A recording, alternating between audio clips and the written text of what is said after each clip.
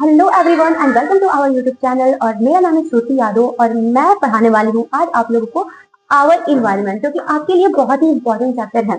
तो सबसे पहले हम इसको डालते हैं heading our environment. Our environment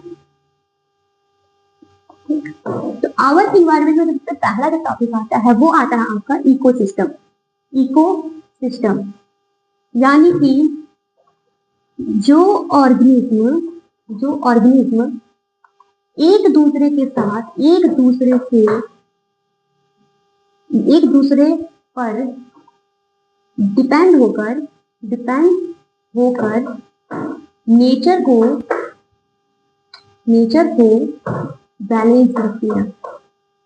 balanced रखती हैं। और यह कैसे बनी होती है? यह दो चीजों से जुड़ के बनी होती है। जो इकोसिस्टम है वो दो चीजों से जुड़ के बनी होती है। पहला आता है आपका एबायोटिक प्लस बायोटिक, ठीक। और इसमें ना सिर्फ यही दो चीजें आपको जाननी है। तो जो सबसे पहला आता है उसको हम एक एग्जांपल से समझते हैं। मान लो कि जो धरती है उस पे हम सब डिपेंड है, हम सब पे कोई कुछ और भी डिपेंड हो सकता है, ठीक है। मान लो कि आप एक गार्डन में जाते हो, वहां पे देखते हो कि जो मिट्टी है उस पर प्लांट डिपेंडेंट है, प्लांट पे कीड़े मकोड़े डिपेंडेंट है, कीड़ों मकोड़े पे उससे जो बड़ी बर्ड्स आती हैं वो डिपेंडेंट है, ठीक। तो ये जो भी एक दूसरे से जो जुड़ी हुई है, जो एक दूसरे से जुड़ के एक दूसरे पर डिपेंड होकर जो चीजें बनी है, उन्हीं को हम कहते हैं इकोसिस्टम। और यह एबायोटिक प्लस बायोटिक चीजों से मिलकर बनी होती है। यानी कि एबायोटिक मतलब हवा, पानी, गैस, ऑक्सीजन, ये सब। और बायोटिक मतलब कि पेड़ पौधे, बर्ड, एनिमल, ये सब चीजें।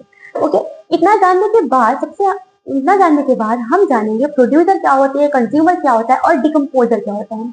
तो प्रोड्यूसर यानी कि जो अपना खाना खुद बनाता है। आपने लाइफ प्रोसेस पढ़ा होगा, शायद उसमें पढ़ाया जाता है कि जो प्लांट्स होते हैं वो अपना खाना खुद बनाते हैं फोटोसिंथेसिस से। मतलब उस प्रोसेस को फोटोसिंथेसिस कहते हैं। तो प्रोड्यूसर में सिर्फ दो ही चीजें आती हैं।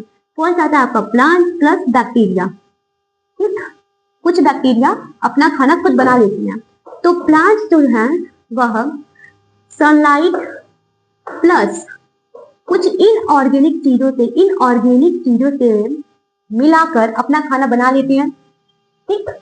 और वह खुद को एनर्जी दे लेती है, खुद का एनर्जी का सोर्स हो, मतलब खुद खाना बनाती है, खुद खाती है और खुद को एनर्जी करती है ताकि वह ग्रो हो पाए, ठीक। तो ये तो आ गया आपका प्रोड्यूसर, ठीक। प्रोड्यूसर समझ में आ गया आपको। उसके बाद आता है कंज्यूमर, यानी कि वह इंसान, वह चीज, वह ऑर्गेनिज्म जो अपना खाना खुद नहीं बना सकता। जैसे कि हम सनलाइट और कुछ ऑर्गेनिक चीजों से अपना खाना तो नहीं बना सकते ना।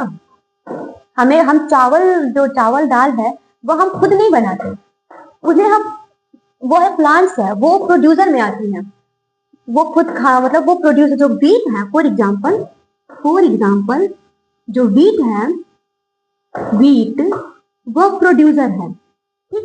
तो हम उस वीट को घर लाके खाते हैं, वीट को बनाते हैं फिर खाते हैं। मतलब हम, यानी कि जो ह्यूमन है फिर खाते हैं,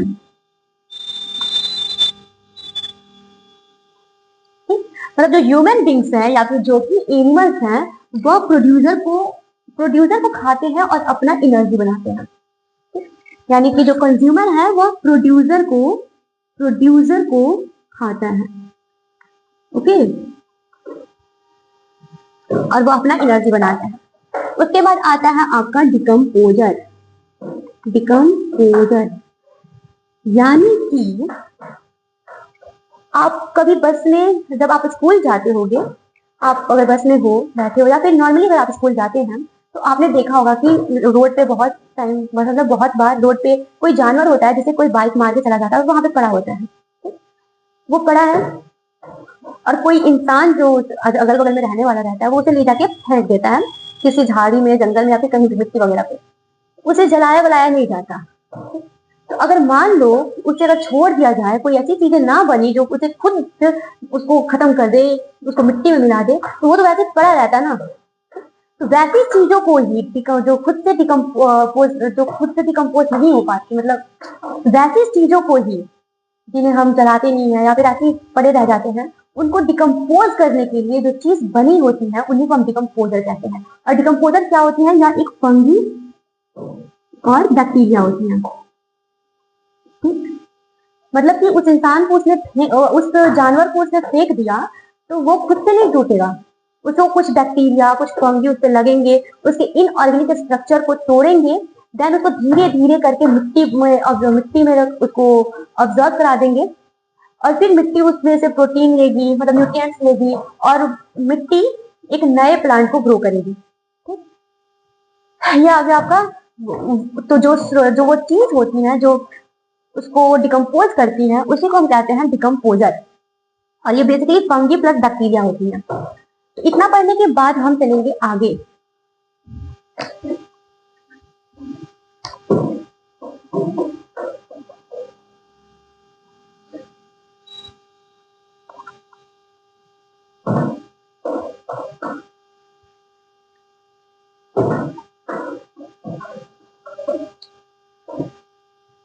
तो हमने पढ़ा इकोसिस्टम, और इकोसिस्टम की वह 3 बेसिक चीजें, प्रोड्यूसर, कंज्यूमर और डिकम्पोजर। उसके बाद हम पढ़ेंगे फूड चेन, फिर हम पढ़ेंगे फूड चेन।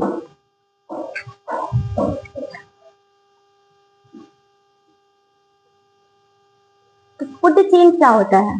फूड चेन मतलब कि मान लो कि एक ग्रास है, ठीक, ग्रास है, उसको एक बकरी ने खा लिया, गोट खा लिया, गोट को लायन खा लिया। तो यह जो लाइन टू लाइन हमने लिखा है, यह जो चेन है, इसी को हम कहते हैं फूड चेन। मतलब कि कैसे किसी एक चीज पर किसी एक चीज का आहार नहीं, कोई चीज किसी और चीज का आहार है और वह चीज किसी और का आहार है।